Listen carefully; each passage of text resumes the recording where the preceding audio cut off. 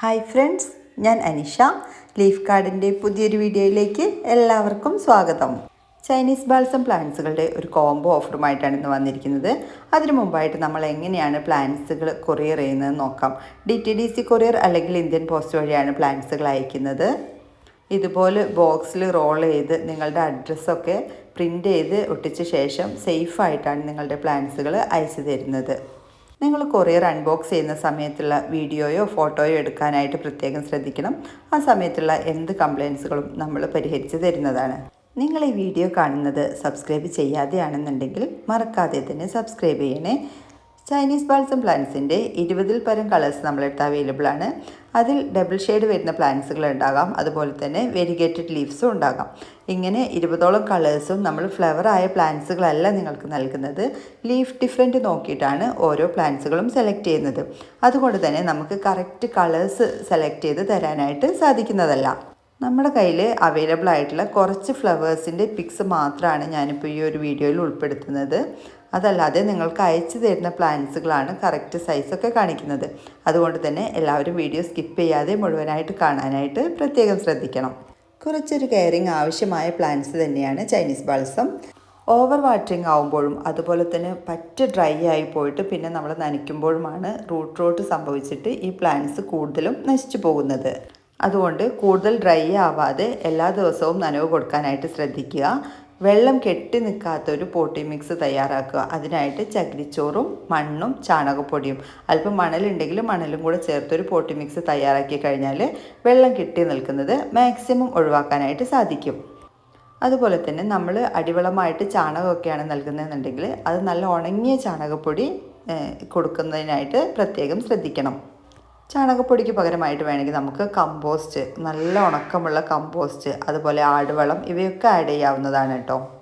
അടിവളത്തിൻ്റെ അളവ് കുറച്ചിട്ട് നമ്മൾ സ്പ്രേയിങ് കൊടുക്കുക. ഫെർട്ടിലൈസേഴ്സ് സ്പ്രേ ചെയ്ത് കൊടുക്കുന്നതാണ് ഈ ബാൽസം പോലുള്ള സെൻസിറ്റീവ് പ്ലാന്റ്സുകൾക്കൊക്കെ ഒന്നുകൂടെ നല്ലത്.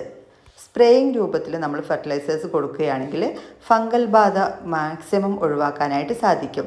NPK, കാൽഷ്യം നൈട്രേറ്റ് ഇവയൊക്കെ മാസത്തിൽ ഒരു തവണ 2 ഗ്രാം അളവിൽ, 1 ലിറ്റർ വെള്ളത്തിൽ 2 ഗ്രാം അളവിൽ സ്പ്രേ ചെയ്ത് കൊടുക്കുന്നതാണ് ഏറ്റവും ഉത്തമം. ഈ ഒരു സൈസിലുള്ള ജിഫിയിൽ വേര് പിടിപ്പിച്ച പ്ലാന്റ്സുകളാണ് നിങ്ങൾക്ക് അയച്ചു തരുന്നത്. ഈ 10 ഡിഫറെൻറ്റ് ഷെയ്ഡിൽ 10 ലീഫ് ഡിഫറെൻറ്റ് നോക്കിയിട്ടുള്ള പ്ലാന്റ്സുകളാണ് കേട്ടോ അയക്കുക.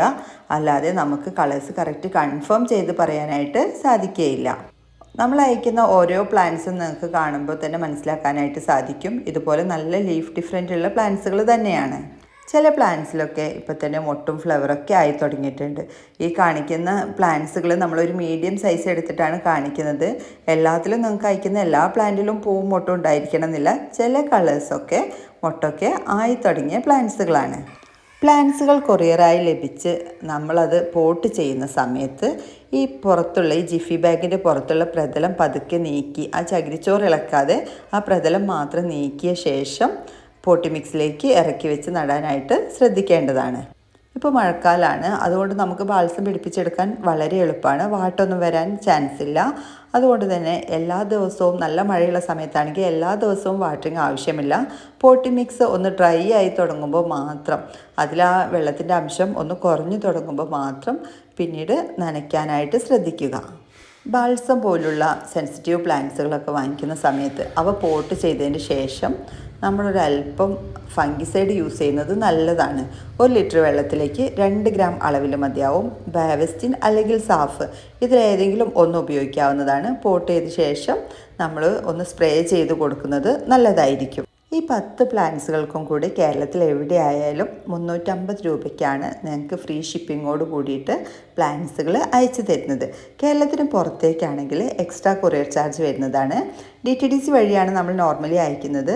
ഈ കസ്റ്റമറുടെ താല്പര്യപ്രകാരം ഇന്ത്യൻ പോസ്റ്റ് വഴിയും അയക്കാറുണ്ട്. നിങ്ങൾക്ക് ഈ വീഡിയോ ഇഷ്ടമായെങ്കിൽ നിങ്ങളുടെ ചെടികൾ ഇഷ്ടപ്പെടുന്ന പ്രിയപ്പെട്ടവർക്ക് കൂടി ഈ വീഡിയോ ഒന്ന് ഷെയർ ചെയ്ത് കൊടുക്കണേ. മറക്കാതെ തന്നെ നിങ്ങളുടെ അഭിപ്രായങ്ങൾ കമൻറ്റ് ബോക്സിൽ രേഖപ്പെടുത്തുകയും ചെയ്യണം. എല്ലാവർക്കും വീഡിയോ ഇഷ്ടപ്പെട്ടെന്ന് കരുതുന്നു. മറ്റൊരു വീഡിയോയുമായി വരുന്നവരേക്കും ബൈ ബൈ.